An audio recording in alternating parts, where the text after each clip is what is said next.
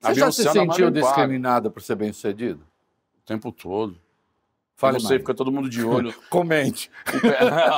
É porque as pessoas ficam comentando o tanto que você tem, o carro que você usa, o lugar que você frequenta. Que carro você tem, Zezé?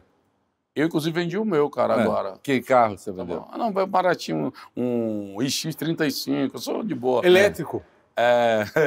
E comprou qual? Era na eletrônico. E comprou qual? Eu tô sacaneando porque é o seguinte... Porque eu compro de segunda mão, porque assim, às vezes quando a gente na favela, a gente quando pega dinheiro, a gente não pensa como o branco pensa. O branco, ele quer dar uma ligação e decidir quem vai ser o secretário de Fazenda. O favelado, ele quer comprar um carro de R$1 milhão. Então, a gente tem que tomar cuidado com essas armadilhas, porque o preto, quanto mais o preto sobe, menos ele vê o chão. Quando você fala de favelado, você acha que ainda é legítimo? Eu sou amigo do preto, portanto, eu provoco mesmo. Você acha que é legítimo você falar... Não, você só provoca porque ele consegue sair de tudo. Sabe... Eu aprendo, cara. É legítimo você falar, gente, você é sócio da África, você é conselheiro do BTG. É porque você Você mora no Itaim, que é a Bélgica brasileira, ou até melhor, do que ligeiramente superior. A Bélgica brasileira aqui em São Paulo. Eu só não gosto de trânsito, né? Porque para sair do Itaim também. Eu te ofereço um outro bairro depois mais chamado Higienópolis, aqui é onde tal. É legítimo você falar, gente, não é uma forçada de barra, assim? Se você partir do princípio... Com esse seu terno, se você partir do princípio que a favela é um bando de mendigo, não é não. Aí você parte do princípio que está todo mundo numa mesma condição, é não. Primeiro que é uma coisa heterogênea, não é uma coisa homogênea. Tá. É igual do preto, só ser de esquerda. Você parte do princípio que o cara fala preto. Eu estou falando de um tipo de preto só, não tem essa coisa. Não pode ter preto rico? Esse é o ponto. Percebe? Esse é o ponto. É legítimo haver preto de direita no Brasil? Total. Fale mais. Eu até discordo. Eu posso discordar dele. E é normal discordar. E é benéfico discordar. E é legítimo discordar. E é democrático discordar. O que a gente não pode permitir é que diferença seja transformada em desigualdade ou motivo para ser a outra pessoa eliminada porque pensa diferente. Aí eu acho que a gente passa uma risca que não pode ser permitido. Mas eu tenho que permitir o pensamento livre. Que sociedade é essa que não tem um pensamento livre? Só para me saber. E que a gente convença a sociedade das nossas ideias. Que o outro não concorda.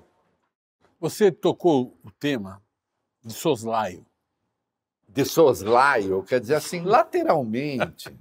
Né? Das igrejas evangélicas. Os caras estão metendo o speak English que bota no favelês aí, a tecla SAP. Das igrejas evangélicas nas favelas. Sim. Vocês trabalham com as igrejas evangélicas ou a despeito delas? A CUFA, vou ser bem sincero para ti. Essa coisa de preto, gay, evangélico, macumbeiro... elas atrapalham ou elas ajudam? Vou te entrar nesse debate. Boa pergunta, não? Na CUFA... Você aprova? Tá aprova? Não, tá ficando bom. Pode ser seu... Tá ficando bom. Por exemplo, eu sou um cara que assuma a CUFA em 2015 com o discurso de que não vai ter mais paulista e carioca. Mas não é porque eu sou um preto nordestino que eu vou fazer a CUFA a imagem e semelhança dos pretos lá do Nordeste. Eu tenho que fazer uma gestão da diversidade que é a favela. A favela nos ajuda a ter que conviver com a diversidade de maneira até colaborativa.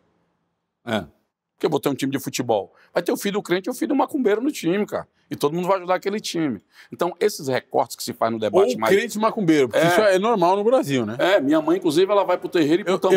Eu sou cristão macumbeiro. E pro culto do mesmo jeito. Eu sou cristão macumbeiro, é a mesma coisa. A sua mãe frequenta candomblé e frequenta a igreja frequenta terreiro, evangélica. Umbanda, né? Que é mais antiga ainda. Umbanda. Mais favela, Umbanda. A Umbanda que é mais sincrética, né? Espiritismo e a Umbanda que é mais sincrética, porque, para quem não sabe, a Umbanda foi criada no Brasil.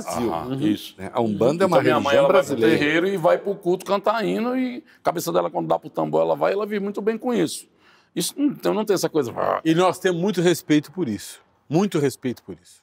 E aí o que acontece na favela? A gente não deixa na CUFA esses recortes pautarem a nossa agenda, senão vai ser uma guerra fodida.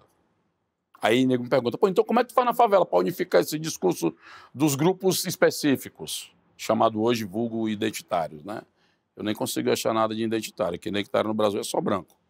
Acho que ninguém tem identidade. Você vai ter que falar sobre isso aqui, né? Você sabe. Com certeza. Se nós somos a mesma coisa, eu e ele? Vocês são só vários tons de branco, mas é tudo branco. É tudo branco. Mesmo que sejam quebrados, você confundiram com rico. Eu mesmo que seja rico, você confundiram com pobre. Ou com segurança, alguma porra. E aí o que acontece? Aí um dia fizeram uma provocação para mim. Então como é que tu unifica lá na favela se os grupos de diversidade existem? Eu falei, escolha uma área. Aí a pessoa falou, vou para uma área difícil para ti, saúde. Eu falei, ó, eu tenho que primeiro ter uma coisa que nos unifica, que é o que na saúde? Uma UPA, Unidade Básica de Saúde. Aí onde é que entra a diversidade? Essa eu vou discutir que hora ela fica aberta porque tem uma mãe que chega mais tarde. Essa ela vai ter uma rampa porque tem um pessoal cadeirante que precisa frequentar o negócio. Essa vai ter um atendimento específico à população que tem problema de pressão, anemia falciforme, porque se alimenta mal e tal, tal. Mas eu tenho que ter primeiro a UPA, cara. Se eu vou para o inverso, eu vou entrar no seguinte ranking.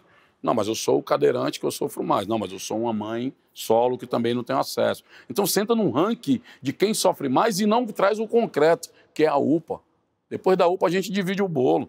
Não tem como ficar... Objetivamente, vocês convivem bem com as igrejas evangélicas. Mas é porque, inclusive, a igreja, o que é a igreja evangélica? Vocês trabalham juntos?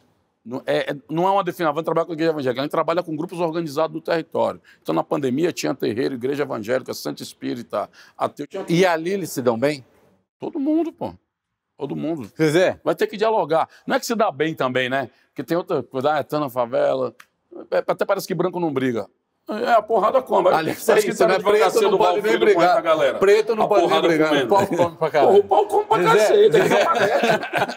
Zezé, deixa eu te falar. Uma das primeiras vezes que a gente se conheceu, a segunda, terceira, quarta vez, nós fomos pra uma festa.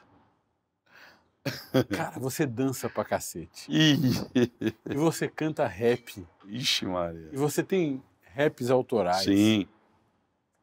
Fala um aí. Nossa, os caras é difícil. Eu fiz um rap, na verdade não é um rap, ele nasceu esse rap, a gente tava num... Acho que era gravação do documentário Falcão, Meninos e o Tráfico, um documentário que a gente fez em 2006. Lembra que o Dexter cantou pra gente e você subiu no palco e cantou um rap com ele. Que a gente tava acompanhando o velório de um dos penúltimos meninos, 17 E Reinaldo, eu sambei. Por incrível que pareça. Reinaldo. Aí a gente saiu assim das... Como fica que o pessoal fica morto lá na... Como fica o caixão e o velório? É o velório. Naquele lugar, como chama? O necrotério. Não, no necrotério não, no cemitério mesmo. Cemitério. Aí saímos assim, né? Ficamos numa árvore. Aí você olha ali, a gente foi pro enterro, acompanhar o enterro do penúltimo Falcão que tinha morrido. Falcão é mulheres que trabalham com vigilantes no tráfico e tal. Meninos do tráfico. E aí tem um cara do lado com um irmão, chorando também. E aí olha como é doido isso. Porque os criminosos são pessoas também. Aí o que aconteceu? A gente pedindo, a gente pergunta pro cara a primeira coisa, ele era de qual favela? Olha a nossa mentalidade, a premissa. O cara era preto, tá? 2006. O cara falando, ele não era de favela, não. Aí ficou... Aí perguntando se ele era envolvido com alguma parada de crime. Não, também não era, não. O que ele era? Ele era policial. E o outro menino era bandido, morreu, troca de bala e tal. E as duas mães chorando ali me trouxe uma ideia. Aí foi que eu viajei 10 anos depois, que esse debate da segurança pública, eu me envolvi muito e tal, fez muita coisa com polícias e tal. E aí eu pensei em criar um enredo, que aí eu ia lançar, e nunca lancei, eu tenho até a letra pronta, inclusive, e uma das músicas gravadas, chamado Quebra-Cabeça, que era assim, o Estado se ausenta num lugar em que o moleque vira o crime naquelas condições, o crime vira como uma forma de ele se vingar da miséria, e ao mesmo tempo ele recruta um outro cara que mirou de condição para ser o policial, para esse cara enfrentar o outro moleque numa guerra que não é deles. Sensacional. Fala para nós. Irmão contra irmão. E aí eu conto a história de como o moleque vai, que é direito de resposta, o nome da música do moleque, e conta a história do policial, que é o outro lado da farda que eu gravei, e eu peguei, por coincidência, essa música foi surgindo assim, veio direto, como a gente fala na escrita do rap. E eu sou muito frustrado, porque toda vez que eu falo uma coisa, eu vejo o desenho. Eu nunca sei desenhar nada, eu queria ser sagista e tudo, não consegui. Eu fui pro rap. Muito frustrado em relação a isso. Então, toda vez que eu penso em ideia, eu vejo um desenho. Você também queria tudo. Pra você. É o renascentista. Cheio de querer, pô. Cheio de querer. Cheio de querer. Igual meu filho. Meu filho é pior. Meu filho é um corpo de criança abduzido por um adolescente. Que idade tem seu filho? 7 anos, José, o Pandinha. Mas cadê seu rap? Aí, o que eu fiz? Eu fiz na época, o pau estava comendo debate da segurança pública e tal, e o rap e a polícia, eles meus são tipo, assim, incomunicáveis, né, cara? e não pode transitar. E eu, como sempre fui um cara que gosta do debate... Eu tenho certeza que os policiais ouvem rap. E aí, lógico, agora, inclusive, mais. Eu fiz uma música em que eu falava o seguinte, porra, eu vi aquelas mães chorando, eu não conseguia ver uma mãe de um policial e do moleque do crime. Eu via mães pretas que vêm do mesmo território, era todo mundo parido do mesmo útero, né, cara, aquele ambiente caótico e tal. E aí, só que o seguinte, falar daquele moleque já era o normal do rap. Como é que o moleque entrou no crime, o moleque amadurecendo cedo, virando homem cedo, ignorando o medo, perdendo o amor, tal, dando um rancor para se defender, criado pela avó e socializado pela rua, tal. Só que aí eu nunca tinha entrado nesse ambiente que era falar como aquele cara da favela virou polícia. Aí eu me arrisquei num negócio pesado que foi fazer uma música chamada O Outro Lado da Farda. Que aí, de repente, usa sample. Então são trechos de uma outra música que você corta o picote e transforma em outra. E eu ainda botei nesta música um refrão do Geraldo Vandré, cara. Porque era uma música... Canta logo essa... Tá nervoso, né? Ansioso. Ansioso. E aí essa música deu um problema sério, porque teve gente de rap que até gravou contra mim, dizendo que eu tava falando, mas é só pau na polícia. E os policiais pegaram essa música, eu passando para alguns policiais amigos meus. Eu tenho amigo polícia também, tá? Canta logo essa música. E os caras vazaram. Então os próprios policiais fizeram um videoclipe. Então quem for procurar no YouTube, não se assuste, a música tá lá. A música fala do trajeto como o cara vira policial. Então, assim, programado Robocop, sem dor, sentimento, preparado para morrer, matar a todo momento, sem questionar, manter a ordem justa, recruta não pensa, somente a ordem executa, exploração, humilhação do princípio ao fim. O que vocês esperam de um treinamento assim? Disciplina, linha dura, lealdade, cobrada sagrada, tipo fundamentalista, homem-bomba da Al-Qaeda. Aí você vai falar dos policiais. Alguns entraram por dinheiro, outros por poder, uns pelo privilégio, a sensação do poder. Alguns na inocência, outros na ingenuidade. Homens honestos querendo defender a sociedade. Mocinhos para uns, bandidos para outros. Protejo quem oprime e oprimo o meu próprio povo. Contradição cortante que rasga a consciência. A ética é estuprada pela sobrevivência. Nem homem, nem máquina, nem humano, nem farda. Eu vim para proteger os boy e a favela vigiada. Mas para o Estado eu sou apenas um cão de guarda. Essa é a vida do outro lado da farda. Aí vem um refrão. Ah, soldado... Eu sou incapaz de não gostar de você, não. Puta que pariu. Espetacular.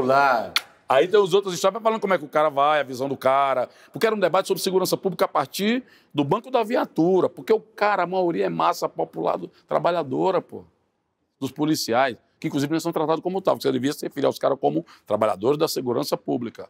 E aí, cara, o que foi doido é que eu comecei, tipo assim, separado na rua. Porque quando era na época do YouTube, estava bombando, então o nego fez logo um clipe. E tava uma tensão no meu estado, porque teve greve de polícia, não sei se vocês acompanharam. Até um capitão lá, né, virou um cara muito forte na polícia. O episódio que o Cid Gomes foi... Aí foi depois, aí já é a recente, é pra trás. Ah, é lá atrás. Ah, é verdade, a primeira. Ele era governador, inclusive, isso. Então, e tava muito tenso esse debate, e essa música vazou, os caras fizeram um videoclipe dela. Então, eu comecei a ser chamado, eu tava assim, comendo na rua, e parava um carro de tipo polícia de choque. Eu falei, ei, cara, tá preto aí. Eu falava, ei. Aí eu vendo a viatura que porra nenhuma, eu vou continuar comendo. Ei, tu é o preto Zé. Eu falei, vixe, complicou. É meu primo. Aí eu pensei, isso é bom ou é ruim, né? Eu sempre penso em responder. É meu primo. Porque sou eu mesmo, cara. Chega aí, irmão. Eu falei, porra, mas chega aí o quê? Fala aí, cara. Pô, os caras, viatura de batalhão de choque, os caras mais casca grossa do negócio. Vou chegar lá, eu já ficava pensando, porra, foi a música, os caras olharam pro outro lado e tão putos. Aí, chega aí, rapaz. Aí eu cheguei. Porque aqui é a distância também pro cara não me alcançar e dar uma porrada em mim, né? Aí o cara, tem um cara que fala contigo aí atrás, aí, grandão, Tenente Josias, negão desse tamanho, gigante, cheio de colete, medalha. Parecia aquele, que o cara anda com as orelhas assim penduradas da galera, o nome, Predador, né? Sim, cheio de porra lá que eu não sabia o que era aquele, né? Uma coisa de matador, sei lá que porra. De guerra, aliás, matador não, desculpa. Aí ele, olha, quer falar contigo aí, o tenente. Aí eu já tava ali, já procurando a rota de fuga já, né? Caralho, mano, que clima tenso da porra. Aí o tenente, opa, tudo bem? Tudo bem. Não, fez uma música, né, falando da polícia. Aí o puta merda é ela mesmo. Aí o cara, pô, tenente, para de meter terror. Falei que você é fã dele. Aí o cara mostrou o celular com a música. Espetacular. Pô, chegou... Mas isso aconteceu várias e várias vezes. Aí foi quando eu comecei a ver que mesmo num ambiente fechado, conservador, você tem várias brechas para você pautar algumas agendas, que na verdade os discursos são uma coisa, mas na verdade quando vai na motivação você consegue transitar melhor para entender os caras, saber o que está acontecendo.